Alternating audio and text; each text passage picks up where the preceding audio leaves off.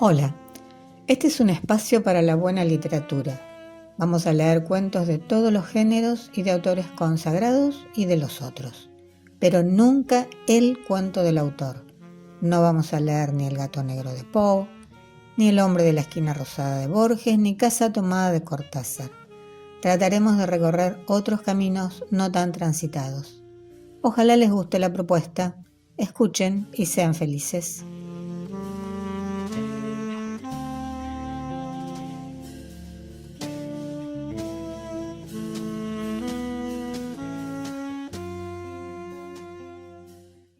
Es que somos muy pobres, de Juan Rulfo.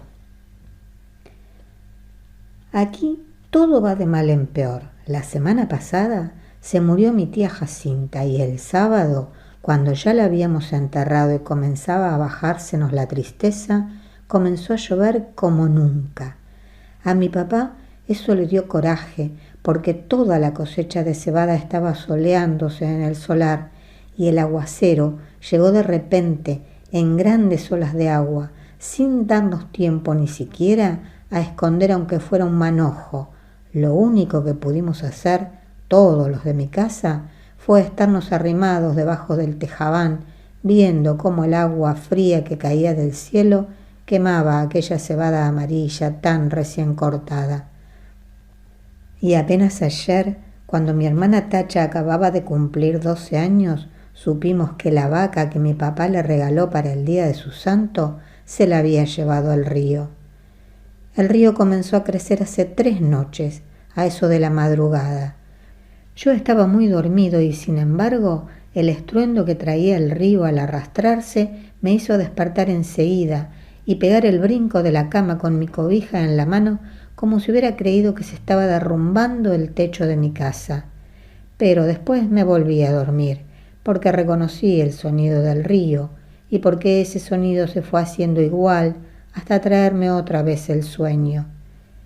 Cuando me levanté, la mañana estaba llena de nublazones y parecía que había seguido lloviendo sin parar. Se notaba en que el ruido del río era más fuerte y se oía más cerca. Se olía como se huele una quemazón, el olor a podrido del agua revuelta. A la hora en que me fui a asomar, el río ya había perdido sus orillas, iba subiendo poco a poco por la calle Real y estaba metiéndose a toda prisa en la casa de esa mujer que le dicen la Tambora. El chapaleo del agua se oía al entrar por el corral y al salir en grandes chorros por la puerta. La Tambora iba y venía caminando por lo que era ya un pedazo de río, echando a la calle sus gallinas para que se fueran a esconder a algún lugar donde no les llegara la corriente. Y por el otro lado, por donde está el recodo, el río se debía de haber llevado quién sabe desde cuándo el tamarindo que estaba en el solar de mi tía Jacinta, porque ahora ya no se ve ningún tamarindo. Era el único que había en el pueblo, y por eso nomás la gente se da cuenta de que la creciente esta que vemos es la más grande de todas las que ha bajado el río en muchos años. Mi hermana y yo volvimos a ir por la tarde a mirar aquel amontonadero de agua que cada vez se hace más espesa y oscura y que pasa ya muy por encima de donde debe estar el puente. Allí nos estuvimos horas y horas sin cansarnos viendo la cosa aquella. Después nos subimos por la barranca porque queríamos oír bien lo que decía la gente, pues abajo, junto al río, hay un gran ruidazal y solo se ven las bocas de muchos que se abren y se cierran y como que quieren decir algo, pero no se oye nada. Por eso nos subimos por la barranca, donde también hay gente mirando al río y contando los perjuicios que ha hecho. Allí fue donde supimos que el río se había llevado a la Serpentina, la vaca esa que era de mi hermana Tacha porque mi papá se la regaló para el día de su cumpleaños y que tenía una oreja blanca y otra colorada y muy bonitos ojos. No acabo de saber por qué se le ocurriría a la Serpentina pasar el río este, cuando sabía que no era el mismo río que ella conocía de a diario. La Serpentina nunca fue tan atarantada. Lo más seguro es que ha de haber venido dormida para dejarse matar así nomás por nomás. A mí Muchas veces me tocó despertarla cuando le abría la puerta del corral, porque si no, de su cuenta, ella se hubiera estado el día entero con los ojos cerrados, bien quieta y suspirando, como se oye suspirar a las vacas cuando duermen. Y aquí ha de haber sucedido eso de que se durmió. Tal vez se le ocurrió despertar al sentir que el agua pesada le golpeaba las costillas. Tal vez entonces se asustó y trató de regresar, pero al volverse se encontró entreverada y acalambrada entre aquella agua negra y dura como tierra corrediza. Tal vez bramó pidiendo que le ayudaran. Bramó como solo Dios sabe cómo. Yo le pregunté a un señor que vio cuando la arrastraba al río si no había visto también al becerrito que andaba con ella. Pero el hombre dijo que no sabía si lo había visto, solo dijo que la vaca manchada pasó patas arriba y muy cerquita de donde él estaba, y que allí dio una voltereta y luego no volvió a ver ni los cuernos, ni las patas, ni ninguna señal de vaca. Por el río rodaban muchos troncos de árboles con todo y raíces, y él estaba muy ocupado en sacar leña, de modo que no podía fijarse si eran animales o troncos los que arrastraba. No más por eso no sabemos si el becerro está vivo o si se fue detrás de su madre río abajo. Si así fue, que Dios los ampare a los dos. La apuración que tienen en mi casa es lo que pueda suceder el día de mañana, ahora que mi hermana Tacha se quedó sin nada, porque mi papá con muchos trabajos había conseguido a la serpentina desde que era una vaquilla para dársela a mi hermana, con el fin de que ella tuviera un capitalito y no se fuera a ir de piruja como lo hicieron mis otras dos hermanas, las más grandes. Según mi papá, ellas se habían echado a perder porque éramos muy pobres en mi casa y ellas eran muy retobadas. Desde chiquillas ya eran rezongonas y tan luego que crecieron les dio por andar con hombres de lo peor, que les enseñaron cosas malas.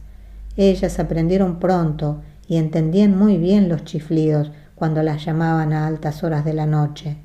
Después salían hasta de día, iban a cada rato por agua al río y a veces, cuando uno menos se lo esperaba, allí estaban en el corral, revolcándose en el suelo todas encueradas y cada una con un hombre trepado encima.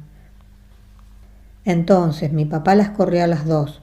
Primero les aguantó todo lo que pudo, pero más tarde ya no pudo aguantarlas más y les dio carrera para la calle. Ellas se fueron para Yutla, o no sé para dónde, pero andan de pirujas. Por eso le entra la mortificación a mi papá, ahora por la Tacha, que no quiere vaya a resultar como sus otras dos hermanas, al sentir que se quedó muy pobre, viendo la falta de su vaca, viendo que ya no va a tener con qué entretenerse, mientras le da por crecer, y pueda casarse con un hombre bueno que la pueda querer para siempre. Y eso ahora va a estar difícil. Con la vaca era distinto, pues no hubiera faltado quien se hiciera el ánimo de casarse con ella solo por llevarse también aquella vaca tan bonita.